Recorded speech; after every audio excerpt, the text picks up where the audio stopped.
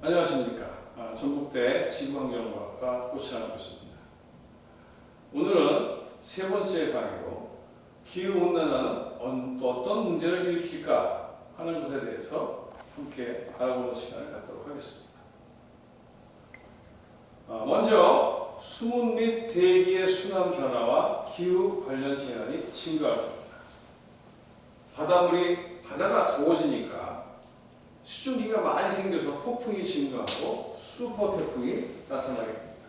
이게 이제 2006년도에 미국의 뉴올리언스를 강타한 태풍인데 이게 플로리다인데 이게 플로리다가 거의 한반도보다 약간 더 큽니다.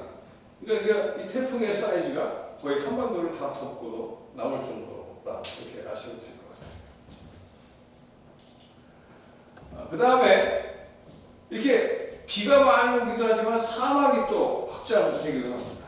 사막이 확장되는데 이게 아프리카의 차드 호수인데요. 이게 경상도만한 호수인데요.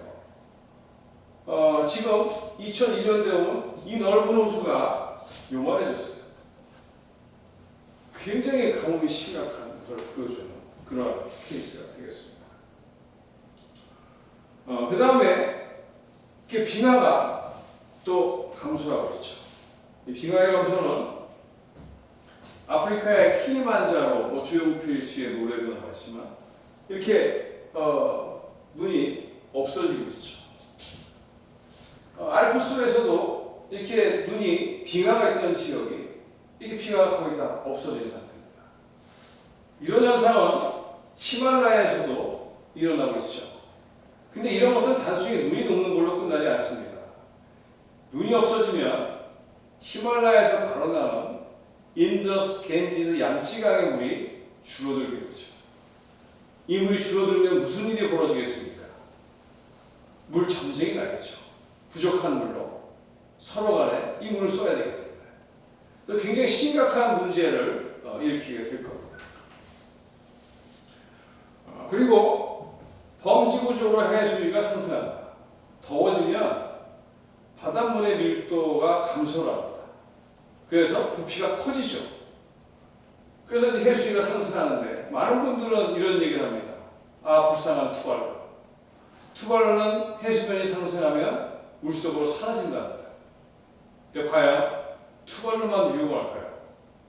4m가 올라가면 전 세계의 바다가 다 올라가는 거거든요. 우리나라의 서해안도 다 위험해지는 거고 중국의 동해안도 다 위험해지는 거고 동남아시아, 태국 같은 데는 매우 위험해지는 것이죠. 따라서 이 해수위 상승은 전 세계의 해안에 살고 있는 사람들을 위협으로 몰아넣고 위험에 빠뜨릴 겁니다. 투발로로 끝나지 않습니다. 해리어 순환, 둔화 및 변화, 이건 여러 번 말씀드렸는데 이런 것이 일어나면 노르웨이는 따뜻한 해류가 올라가기 때문에 사람이 살 수가 있는데 만약에 안 올라가면 여기 사람이 살 수 없는 곳이 되겠죠. 그 다음에 이제 엘니뇨, 이 엘니뇨와 같은 기상이변에 많이 일어날 것이다. 엘니뇨는 뭐냐면 여기가 칠레고 이쪽에 호주가 있고 여기가 이제 태평양입니다. 칠레 앞바다에서 2도에서 3도 정도가 올라가면 어떤 일이 벌어지냐면 원래는 이렇게 바람이 불어서 이쪽에 호주나 인도네시아인데 여기서 비를 내리고 돌아와야 됩니다. 근데 뜨거우니까 가다가 난 더 이상 못 가겠어? 올라와 보죠. 그리고 돌아와요. 그러니까 호주하고 인도에 비가 안 오는 것이죠. 그러니까 아까 우리가 호주에서 폭염과 아주 큰 불이 난다는 걸 많은 분들이 아실 텐데 그런 것들이 바로 이렇게 비가 내리지 않기 때문이죠. 근데 돌아와서는 또 이쪽에는 홍수를 일으키게 됩니다. 아까 우리가 이제 기후온난화라는 것은 단순히 더워지는 게 아니라 기능 상실이다. 이렇게 이제 이해를 하셔야 되는 것이죠. 그래서 전 세계를 보면 이쪽에서는 홍수, 이쪽에서는 가뭄. 근데 이것이 이 지역에서만 끝나는 게 아니라 아프리카 남미의 반대쪽에서도 가뭄이 일어나고요. 그 다음에 이쪽에서는 전체적으로 홍수가 일어나고 전 세계가 온난화로 피해를 봅니다. 즉 한 군데에서의 약간의 변화만 가지고도 전 세계가 난리가 나는 것이죠. 그 근데 북극빙하가 2037년에 녹는데 얼마나 큰 변화가 얼마나 자주 오겠습니까?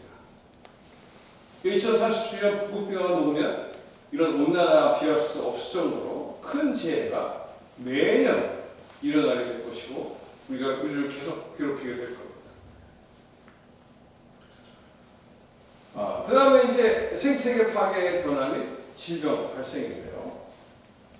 생태계 파괴는 우리가 한 2도 정도 올라가면 한 30%가 멸종을 한다고 합니다.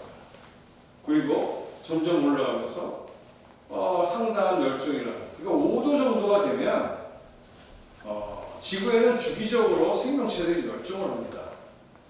그런데 그런 멸종하는 정도의 온도 증가가 5도 정도가 됩니다. 즉, 이 온도까지 가면 과거의 지구의 기록을 보자면 지구의 생명체들의 대부분은 죽어야 한다는 그러한 얘기가 됩니다. 여기까지 올라가면 절대 안 되겠죠. 그리고 이런 생태계 파괴는 우리 주변의 환경을 변화시킴으로써 우리에게 익숙치 않은 질병, 새로운 질병들을 만들어냄으로써 우리 인간뿐 아니라 동식물들을 크게 괴롭히게 될 겁니다. 그 다음에 이런 태풍이나 사막 등, 그다음에 해수위 상승 등에 의해 가지고 이런 곡창지대가 파괴돼서 식량난이 발생합니다. 그리고 동토가 녹음으로써 온난화는 더 가속화됩니다. 많은 분들이 그렇게 얘기합니다. 동토가 녹으면 거기서 농사 지으면 되겠지.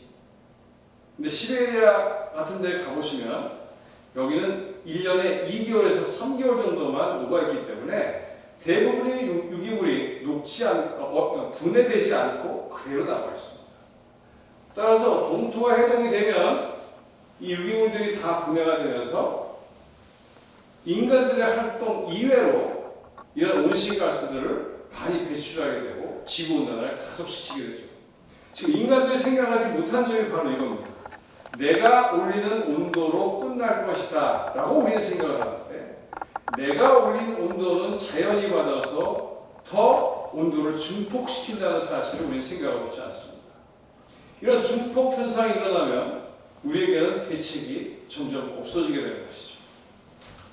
그 다음에 북극 대륙붕에 메탄하이드레이트라는 것이 있는데 이 메탄하이드레이트는 어떤 것이냐면 이렇게 메탄 170 세제곱미터와 물 0.8 세제곱미터가 합쳐져서 1세제곱미터의 메탄하이드레이트라는 고체를 만듭니다. 얘네들은 메탄이 170에 농축된 거죠.